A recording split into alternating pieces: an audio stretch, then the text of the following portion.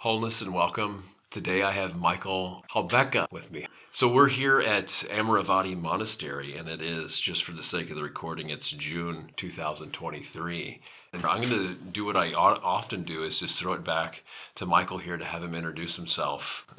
No, that's a difficult question, actually, because I've been retired since August last year. I was a lecturer at Cardiff University for many years, teaching German. And then later I did a PhD in counseling at Peradeniya University in Sri Lanka. And I've been traveling a lot in Asia and many Vipassana centers around the world. And now I'm here in Amaravati and meeting you. It's great to have you here as well. Well, Michael is very humble.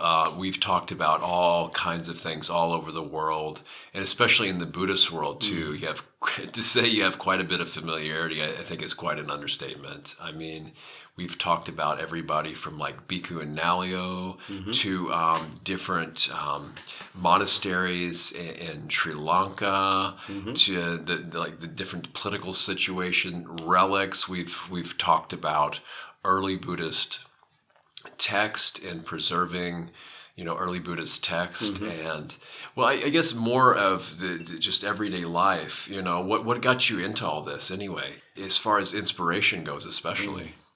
I guess the way to get into Dhamma is usually, the classical way is just experience or the conscious awareness of having dukkha, in one's life. The experience of things not being the way one would ideally wish them to be. Just basically the search for some solution to the existential questions in life. And I was quite political as a student. I was kind of interested in all kinds of alternative lifestyles and even Marxist programs, and I was very active in all the marches in the 70s. But eventually it made me even more depressed because what Adorno used to say, there's no right life in the wrong one. So then I kind of understood this to be when you're swimming in a polluted pond, like a fish in a polluted pond, you cannot be healthy. How do you find a way out of that? So that became a kind of existential question for me. And eventually I moved to Britain. And through the English language, I could start, in a way, a new life, had a new identity. Having been brought up in a Catholic small village in Germany and in a post-war time, it was my first conditioning in that time. It was very, I would say, quite challenging for me. But now I'm in a situation where, in a way, I've lost my connection with Germany. I've been abroad so many years. It's been, Germany has become a kind of strange country for me now. So when you talk about existentialism, what area? Is it just like existing, not existing, or is it just kind of the slog of everyday life and existence and how it's just not satisfying? I mean, what really drew you towards that area? Yeah, I guess it was the time of Jean-Paul Sartre and Camus. I read quite a little bit about existential philosophy. But apart from that, it's the actual direct experience of being exposed to political situations, the time of the arms race between East and West. And I was just at the center of that at Kassel University, for example, where the Pershing program under Ronald Reagan was targeting exactly that strip between East and West Germany. And my university was right in the center of that. And so they were always expecting the Russians to come in, and then they would sacrifice this whole strip. Wow. So we could not be completely blasé about that situation. So I felt somehow. And I also, I remember the time when we had the first TV at home. I was 12, black and white TV, 2 programs. And then the first input I had was the Russians coming into Prague in the Prague springtime with Dubček, the Dubček era. Wow. And then the bombing in Vietnam. I saw that every day. That was my first input. So I thought there was a kind of the Third World War already starting. So this is a real immediate concern about existence, like life and death situations, at least the way it was portrayed in the media, right? I mean, they would leave people to believe that, at any moment it could be all over for almost everybody even. Who knows, So it is kind of like this existential dread around every corner, it seems like. I mean, maybe I'm exaggerating a little bit here, but yeah, I can imagine it would draw one's attention to growing up in that time and place in the world. Yeah. And every September or in autumn, there was this big maneuver with the NATO troops in our area. So I saw these tanks, miles and miles of tanks, almost, every year we had these kind of maneuvers, and it was like a normal environment for me. Apart from the fact that, I was brought up in a very strict Catholic family, small village, working class, no education, and my first kind of desire was to become a Catholic priest, because that was the only way for me to kind of trying to go deeper into the underlying philosophies and so on. It's a whole different ballgame in the States as far as warfare, right? Because it's the patriot programming and the waving the flag, but nobody's ever really attacked that land. It's always the theater, they call it, right, is in Europe a lot of times, more so than not. So I've had this degree of removal from all that, and it's just it's not really that fathomable for me. Speaking of getting deeper into this, though, as I forgot the name of whoever asked the Buddha, right? After enlightenment, will I exist? Won't I exist? Will I both exist and not exist? Oh, yeah, these are the 10 will I unanswered neither questions. exist nor not exist? Yeah. And the Buddha basically says none of that even applies. And to me, that was it's just blew my mind. It's just unfathomable. But in a way, that is kind of an aspect of the Buddha's teaching that I like very much, because it throws you back onto this life. That's right. And so you have to kind of make sense of this particular life you are given now, from birth to death in this life. And I think if we can find some kind of solution for that it's, good enough, isn't it? So we don't need to worry about what's happening after death so much as, how are we living today? Absolutely. So most of the existential writings and philosophies, I'm not too familiar, but it seems like a philosophical exercise. And if on the path to enlightenment, right, if none of that even really applies, then it throws it back, like you're saying, to this very life, can get out of the philosophical aspect of it all the time, perhaps. And like, how does things in our lives stir the heart, right? What touches the heart? It teaches you a way of inquiring, of looking deeper into, what your situation is right now in this particular moment in time. Especially when you think about all the social programs that have been kind of set up in the 60s and 70s, which were very optimistic at the time, or maybe we could say from today's perspective, looking back in hindsight, it was over optimistic. And then you're left to your own devices ultimately. So every day you are kind of thinking, where is my refuge, or where do I feel, where do I belong? And you cannot find an ultimate answer for that. So ultimately you have to kind of confront your own existential existence as being kind of on your own. And this feeling can lead to some kind of loneliness if you don't have any refuge in yourself. So how do you deal with that? Yeah, and it's a really important question. I hear more and more teachers and just folks in general talk about belonging, and this is on the external. I feel it's really important, through times where if we didn't belong, then we're kind of on the outskirts and in tribalisms, and it's hard to survive, or these type of things. But going deeper inward, I see this more and more. What kind of the insight that came to me is, where do I belong in my own heart? Especially for those identifying with others and trying so hard to fit in, and where do I fit? But where do we fit in our own hearts too? We care deeply about all kinds of different things and people and even ideas and action. But that question came to me. Where do I belong in my own heart? Yeah. Yeah, I think we have to be very honest with ourselves.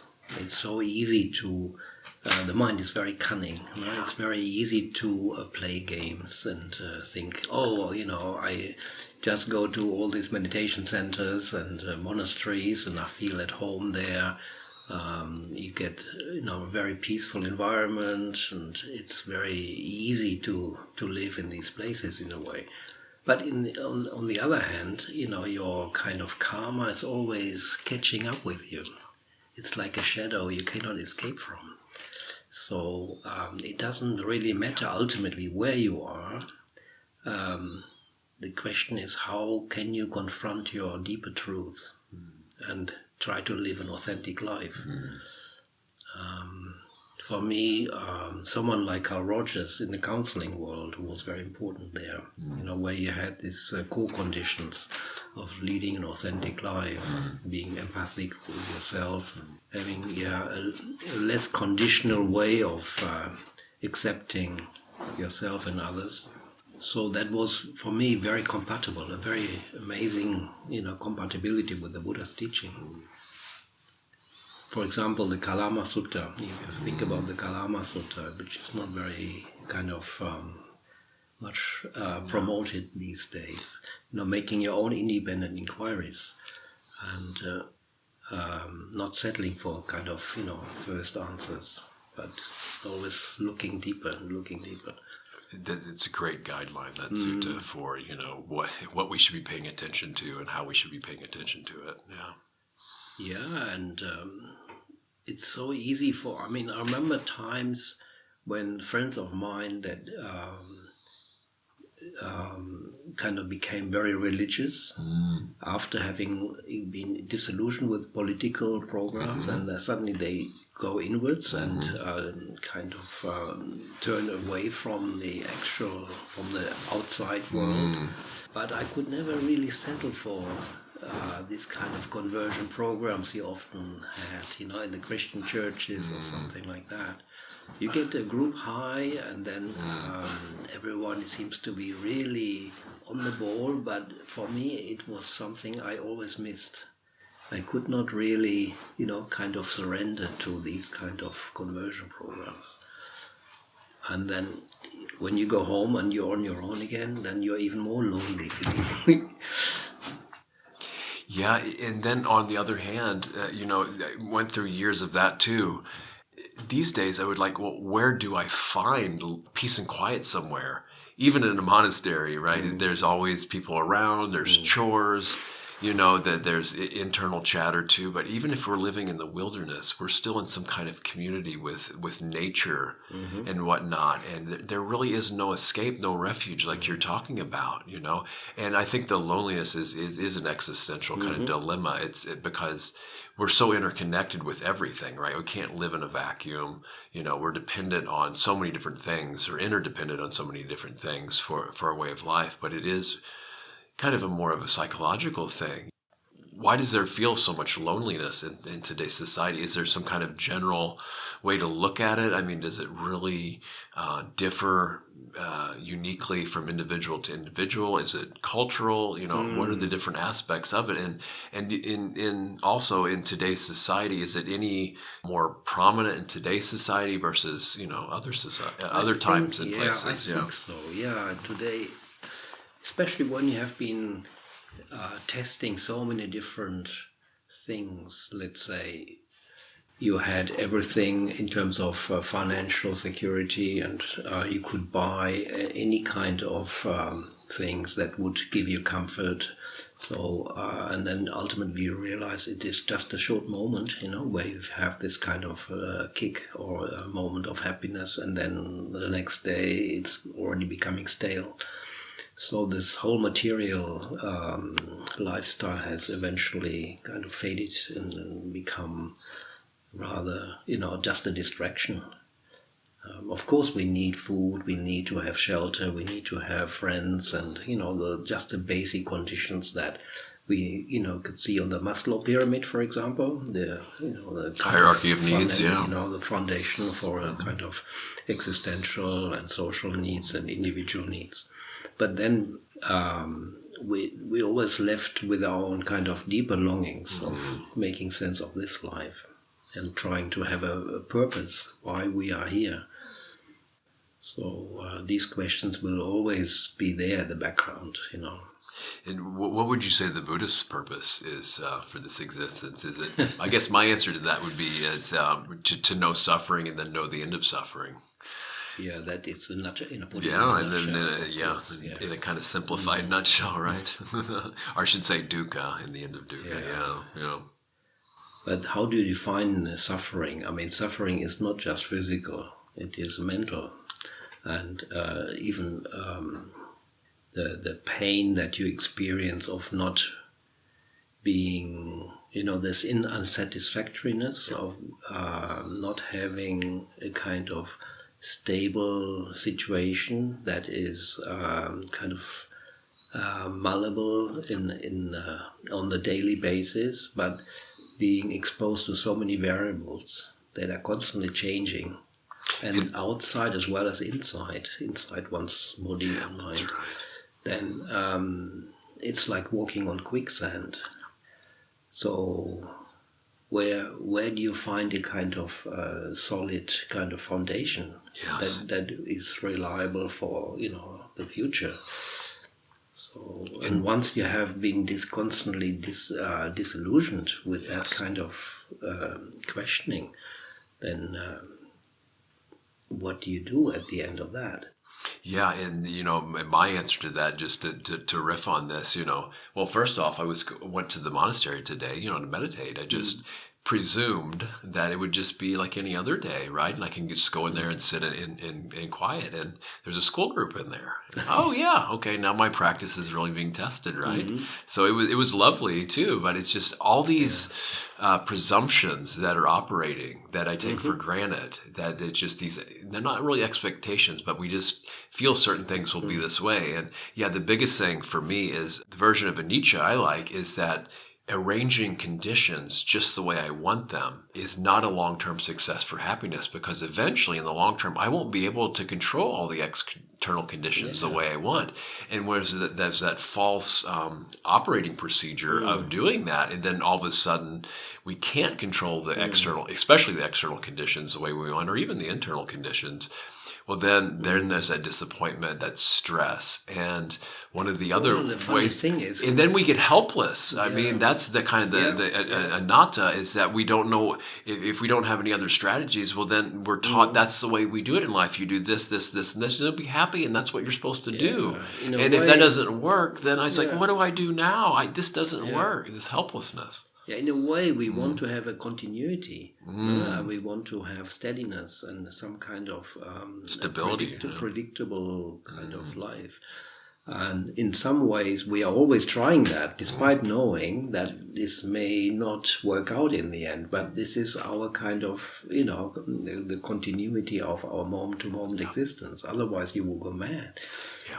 Exactly. And this is where wisdom steps in.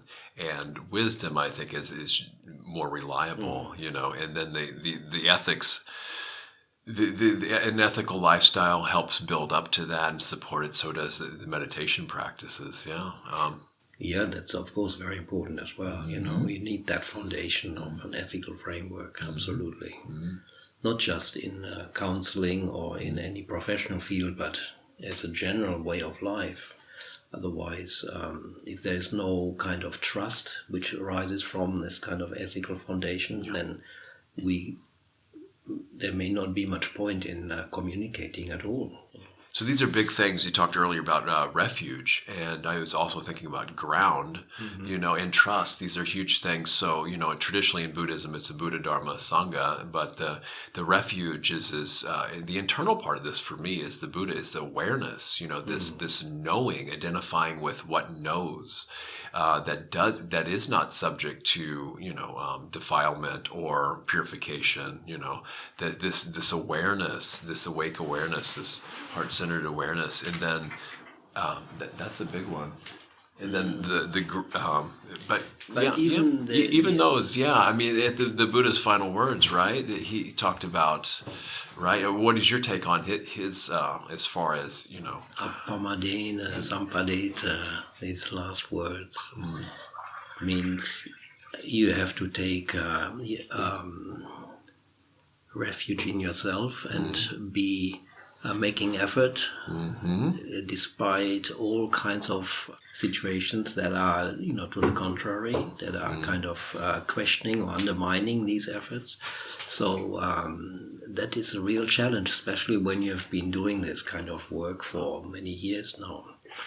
Many of the people that I see, they eventually stop making these efforts, and then they kind of in a way give up, because you just get tired. The Buddha was so inspiring, ardent, diligent, resolute. Just that was what he was known for, just relentless, but patient and wise, just keeping at it. It seems like nothing is impossible with the right instruction and persistence, patient persistence, so those two things. On the other hand, we also always look for inspiration from others. Absolutely, where do you find inspiration? As I said, the people who have been in this kind of business, let's say, it's the only game in town, as I call it. These people are kind of very few, far and few in between. Yes. Now, when I look back, many people who started off with me have gone or have passed away already, and then you have all these newcomers, new people, and sometimes I get a lot of inspiration from new people in their early 20s or so. They are so full of enthusiasm. Yes, beginner's mind, that right? Is for me so inspiring to see that. And I think that is a real skill in finding new ways of inspiring yourself, because otherwise, you go through certain phases, learning plateaus, and you get stuck there. It's very easy to get stuck there. And then when you get stuck, you're sliding back. You're already sliding back slowly. So how do you keep your practice fresh? So let's come, since we're on that, I want to come back to ground and that as well, and trust. But so what inspires you lately? Besides the kind of the 20-year-old, bright-eyed and bushy-tailed a little bit, this, at the moment I'm reading the autobiography by Bhikkhu Ajahn Tan. Ajahn Tan, I think he's still alive in Thailand. And I can really relate to that. How he was inspiring himself every day through this Kayanupassana that he did, working in the jungles and trying every opportunity to practice, really. And he had to go through so much hardship, but he was relentless in his efforts somehow. And these kind of masters, so rare these days. I don't know where they are now. I wish I could meet him sometime, if he's still alive. I always wonder about who the modern day version of Moggallana is, because we have so many different wisdom teachings and wisdom masters, but kind of nobody on the caliber of Moggallana. He was known for psychic powers, which are kind of get a bad rap in academia and just kind of get written off pretty quick. And there's really not much of a space in the Western world for things like that, I'd imagine, but maybe that's for another time. So sometimes we feel groundless, right? Some people talk about the ground of being too, and then being ungrounded. I mean, it's just almost a cliche at this point, but I know when I'm don't feel very stable or like physically grounded, like bare feet on the earth too, you know? I don't know if it's more metaphorical or what we can say about this. I mean, does the Tibetan tradition talk about like a ground of being and working with this as a metaphor, I'm not sure especially about that, in what we were talking about earlier with loneliness and I think you said something earlier about being identified with as awareness. And I think the identification itself can already be a trap. Yeah. Because ultimately there is no self. So we have, if we have that understanding, then taking refuge in a way is a form of taking refuge in self. On the other hand, the self does not exist. So it is the classic taking refuge just in pure awareness without identifying with it. And this is what I mean. That's paradox. right. Yeah, it's not like I am awareness. No, that's right. It's just like that seems a little bit more of a decent refuge than, it's a stepping stone, I would say. Yes, of course. Yeah, we always not as start an off from ultimate. that point of view, there is no of course. ultimate refuge, I would say. Yeah, that's the thing. You have to have a healthy sense of self first before you then begin to dissolve it. And as far as refuges with Dhamma, the internal one, I like this notion of truth. The Buddha was a seeker after truth when he went forth, right? And it's said that the one thing he didn't break was truthfulness. Throughout all his prior lifetimes. And then for the Sangha, for me, it also means this heart connection that we have with others. This really heartfelt sense of connection and care. I think that could be a healthy refuge internally, at least for part of it, right? Yeah, of course, when you think about the interconnectedness of all life forms, not just human life forms, all life forms, of course, and then if you go deeper into the Paticcasamuppada, for example, there you can really understand this kind of mutuality of causes and conditions and how they create certain manifestations from moment to moment, the mental kind of conditioning process, how it's working out. And then if you go further deeper into, for example, the Patana in the Abhidhamma, the Tikapatana, for example, where you have the 24 conditioning factors that in a way influence all these 12 spokes of the Paticcasamuppada, that is a huge... It is, and if that's not big enough, being discussed in the West. And even beyond that is all the inner workings of Kama, which is one of the imponderables that's said that only a Buddha can do that because it can be maddening, I mean, but we have these areas of Kama that we can study that are laid out, but the full scope of it is just. It's just beyond. Also, recently I've been kind of becoming more interested in the interplay between individual karma, family karma, and cultural, collective karma. How they are kind of mutually reinforcing each other, and how you are entangled as an individual within this whole web. Yeah, that is a kind of another dimension. This is a fascinating question because I think one of these was put to an Ajahn out at Chithurst, and I can't remember the exact discussion, but it fascinates me too because this notion of collective karma, on one level, it seems like, well, that would be taking responsibility for others' actions, right? Because I'm responsible for the fifth reflection, right? I'm the owner of my karma, heir of my karma, that whole thing. And then, so how does that play out collectively? On the other hand, we are interdependent, right? Where do you draw the line? Okay, this is mine, this is yours. So it's a fascinating question when you start digging into this. Yeah, I think there are ripples that we create all the time and we don't know where they end. So unknowingly, we may influence a lot of other people that are in our kind of environment around us, just by the way we are living, without words, even silently, how we are acting and how we are in the world. It's fascinating too how actions and fruit of actions and how these kind of match up around with certain people, right? Maybe sometimes you get some feedback, and someone telling, "Wow, you really had a big effect on me," but that's very rare to hear that. But yeah, to be also at the receiving end Yes. of collective karma, be born at a certain time, at a certain place, and how these constellations shape your early education and your upbringing and your conditioning. And you take that for, this is your normality. I feel very fortunate in a way to be a little older now, because I can compare what was normal for me in the 70s or 60s and what is this kind of new normality now in the in the 2020s. Yeah.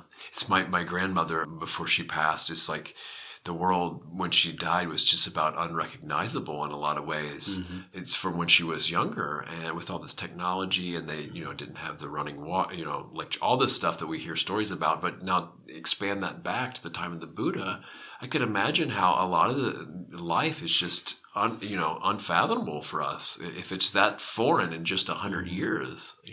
Yeah, definitely.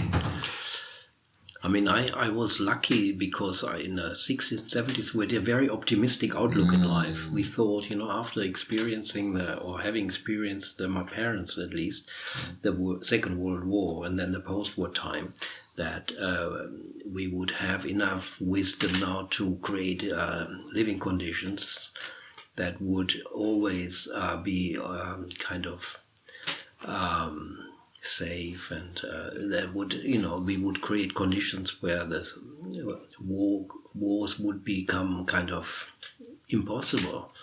And then since then, what happened if you look back? Well, then acid got involved and it all went downhill, right? Mm-hmm. The hippies they took acid and their momentum went plummeted. Not the only cause, of course. That was a turning point. Yeah, that's actually a better way to put it. Maybe in the early 80s already it started. Or even... No, I mean the 60s, the hippies, they had quite a bunch of social, at least in the States, the civil rights movement, and they're really making progress. And then acid was introduced and it just kind of all went to pot. I don't know. I think that's a overly simplistic but also write-off. Economic conditions changed. For example, in the 70s, I remember that we had... I think it was in 73 where there was an oil crisis first time. That's right, yeah. And I remember we were walking on the motorways on a Sunday afternoon, Germans going for a walk on a Sunday afternoon to the, forests and so on. But then suddenly everyone was walking on the motorway because there was no car going. Wow. So that was a first shock we had, that, economic growth would not be permanent. My father was always kind of happy to say that, he's envying us because we are born in a time when everything will become easier and we would have a wonderful life. These notions of utopia. Go ahead. Yeah, exactly. Yeah, it's just, but as we know, even as good and as perfect as conditions get, even in the time of the Buddha, were probably the best conditions ever to get enlightened in recent history, right? Not everyone got enlightened during that time period. A lot of people did, supposedly is what we're told. But yeah, it's just these different degrees of conditions, right? It was also a collective era. No? If you think about collective karma, the collective kind of almost ideal conditions for many people between China and Greece at that time, ancient Greece. And the Buddha kind of seemed to have forecast that the Dhamma will decline in certain stages. So today we are experiencing a time where people, they still give dana, still give donations, and they still practice shila to some degree, but then meditation is becoming very, very rare.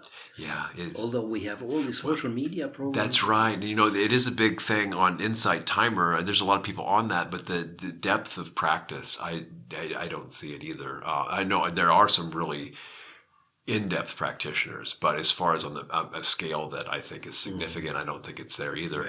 It wasn't one of the signs too that die out of the Dhamma is the lack of samatha practice. Is that right? Do you know some of the signs? Weren't there signs associated with the decline of Dhamma? Well, there were external conditions, of course. Okay. There were wars and so on. Sure. Where, monasteries got destroyed, or the scriptures got destroyed, and then later they were kind of they were translated then later on, and some remnants were kind of found. I mean, in the Pali Canon, like, did the Buddha give, if you see this, then the Dhamma's on the decline, or some other practitioners? I thought one of them was actually the lack of samatha practices, concentration practices, but I could be wrong about that. I think the most difficult part goes first, usually, the wisdom practice, the vipassana practice. And then when that disappears, then there's only the concentration practice. And then when that disappears, there's only the Shila practice. And when that disappears, then there's only donation. And then there is only rites and rituals left in the end. Yeah. And if you don't get when you don't practice vipassana, for example, you don't get the benefits, and then you have doubts, and all the hindrances will be nurtured. So let's circle back to this this notion of trust, which I think is really important, and then we'll start to wind down. Leave folks with anything you want to tell them about, and tell them about your book too. Any teachers or teachings or events or anything you'd like to draw people's attention to. But this notion of trust, I find it quite important. And for me, I found internal trust, trusting myself, is a huge part of it too. But what would you say about the importance of this? Internal, external. Yeah, this in a way relates to the doubt, vicikicca. This is a fifth hindrance. Having kind of faith in one's own capability, one's own capacity to develop on this path. I think when we are constantly testing our limits, our boundaries, and we're realizing that we are able to learn from our mistakes and expand our kind of capacity for equanimity in difficult situations, then our self-confidence grows through that as well. And this is kind of, helping our taking refuge in the Dhamma qualities within ourselves. Rather than saying, this is I or me or mine, it is actually the mind itself, the kind of quality of awareness that becomes kind of established through that practice, and that itself has a spin-off effect on everything we are doing. And I see it also as having that deeper trust within. And then with a discernment, then you can easily and more effortlessly know who to trust, when to trust, how much to trust on the external, instead of being like, this fear of, somebody's going to take advantage of me, or I should, what degree of trust we should give out and when too. Yeah. I think I've become very, kinesthetic through the practice. So I'm more and more trusting my body now. Yeah, the body can discern it. That's right. Intellectualizing situations. So, and the body gives you an instant feedback. It's how we have to know truth, is through the body. That's right. I think so.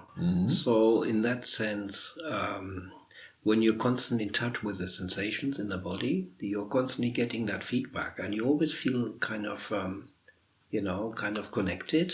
Body and mind are kind of... And even relaxed and expansive versus contracted, and pulling away. And then you can anticipate situations more easily as well. And I think that has saved me many times from getting accidents, or even in the jungle with snakes and wild animals in Sri Lanka. And then the metta that comes through that. So I think that is a very valuable thing to have. And I think it grows with practice all the time. The body base couldn't be enough. It couldn't be stressed enough, So what would you like to leave folks with? Yeah, I wrote this book, Milestones on the Path of Dhamma, subtitled Stages of Inner Freedom, as a summary of my practice. It started in Sri Lanka, and over 20 years I've been working on that book now. Now I think it's in the 3rd edition by now. And I uploaded it at Amazon, but ideally I would like to find a publisher where I could offer it for free. So maybe eventually I will find a Buddhist publisher, so that would make that possible. So how, if a Buddhist publisher happens to be listening, how could they get in touch with you? Would you like? I can give you my email, Sure. for example. Yeah. Sounds good. We'll do that then. So if anybody's interested in that, just reach out to me at integratingpresence@protonmail.com or contact me other ways on the website, and I'll pass along the message to Michael. Michael, thanks so much for sitting down and chatting with me for this. It's been a pleasure. It's lovely to have you. Yeah, thank you.